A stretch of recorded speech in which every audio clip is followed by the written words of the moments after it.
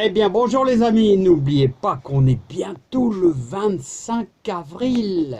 Et le 25 avril, on n'oublie pas, commencez, vous pouvez dès maintenant commencer à écosser tous vos haricots verts pour faire un semis d'haricots verts. Le 25 avril, c'est la journée, la Saint-Marc, où l'on met les premiers haricots verts en pleine terre. Hein. Voilà, à 5 cm de profondeur.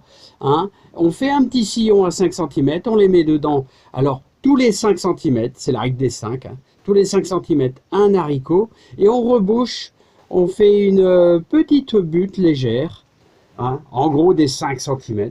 Voilà, alors n'oubliez pas, comme ceci, à réaliser vos haricots. Alors je ne pouvais pas sans vous présenter ma belle reine de mai qui est mise dans cette mini serre tunnel. Et regardez comment elle est belle.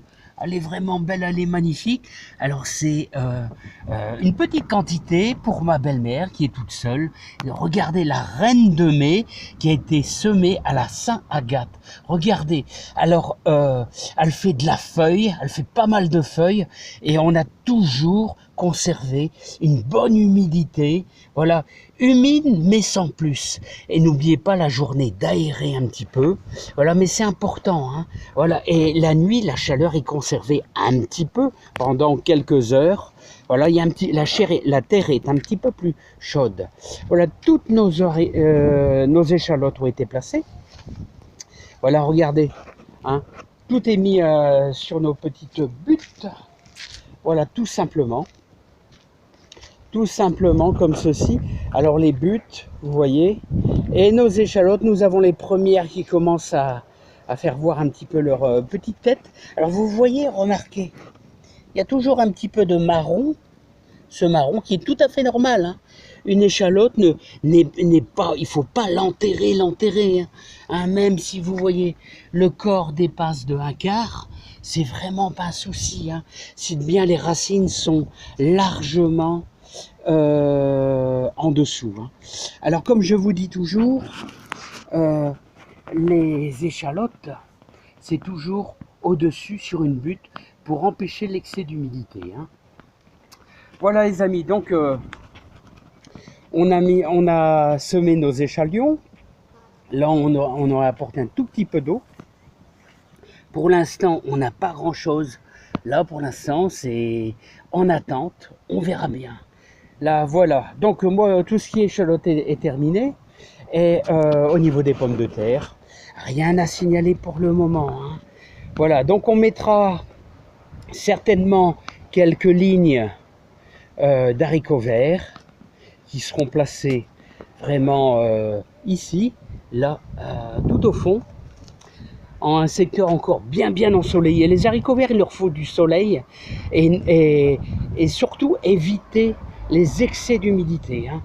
Les excès d'humidité, c'est pas très bon. Hein. Alors comme je vous dis toujours, n'hésitez pas à garder quelques poireaux pour les graines. Voilà. Alors vous voyez le poireau, ce qu'il va faire, regardez. Je vais essayer de vous initier. Regardez, parce qu'il est en avance. Il est en avance celui-ci. Alors le poireau, bon, je vais essayer de voir, laisser un peu le soleil. Alors vous voyez, il va monter. Il y a une tige qui devient de plus en plus dure ici. De plus en plus dure. Elle va monter.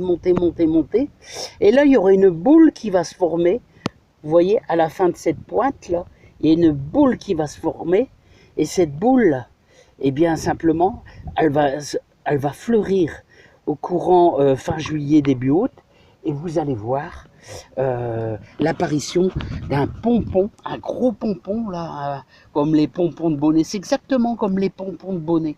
C'est exactement la même taille. Et je vais vous dire, ça va fleurir. Et là, la récolte est encore bien lointaine. Hein, parce que le temps que ça fleurisse, le temps que c'est pollinisé par les bourdons, par les abeilles, eh bien, ce pompon, on va le récolter souvent fin septembre, début octobre. Hein. Ah ouais, et on va le mettre surtout à bien sécher pour avoir ces petites graines noires. Hein. Voilà. Hein. Alors, regardez, oh, les superbes fleurs. C'est toujours un trou, hein. C'est toujours un trou. Pourtant très très connu, hein. Très très connu les amis. Hein. Voilà. Voilà, ça me revient, c'est les bleuets. C'est les bleuets. Regardez, on va pas déranger parce que je crois qu'il y a du monde à l'intérieur. Alors, il y a toujours des choses utiles. Regardez là, ça c'est un petit peu de cerfeuil. Voilà, à côté, avec le mélange de nos géraniums vivaces. Voilà, il y a des choses vraiment magnifiques. Et on commence déjà à avoir un petit peu de muguet là. Hein. Ah ouais, c'est magnifique, c'est vraiment super, super joli. Voilà les amis. Alors, n'oubliez pas que ici, on est fin avril et il y a même plus que temps. Hein. Cette année, j'en fais pas, mais pour les amateurs, vous pouvez semer les betteraves rouges. Ah ouais, il n'y a pas de souci, c'est maintenant. Vous pouvez faire des betteraves rouges. Voilà. Et surtout, vous faites un zigzag d'au moins 10 cm. Vous voyez, vous zigzaguez, tout simplement.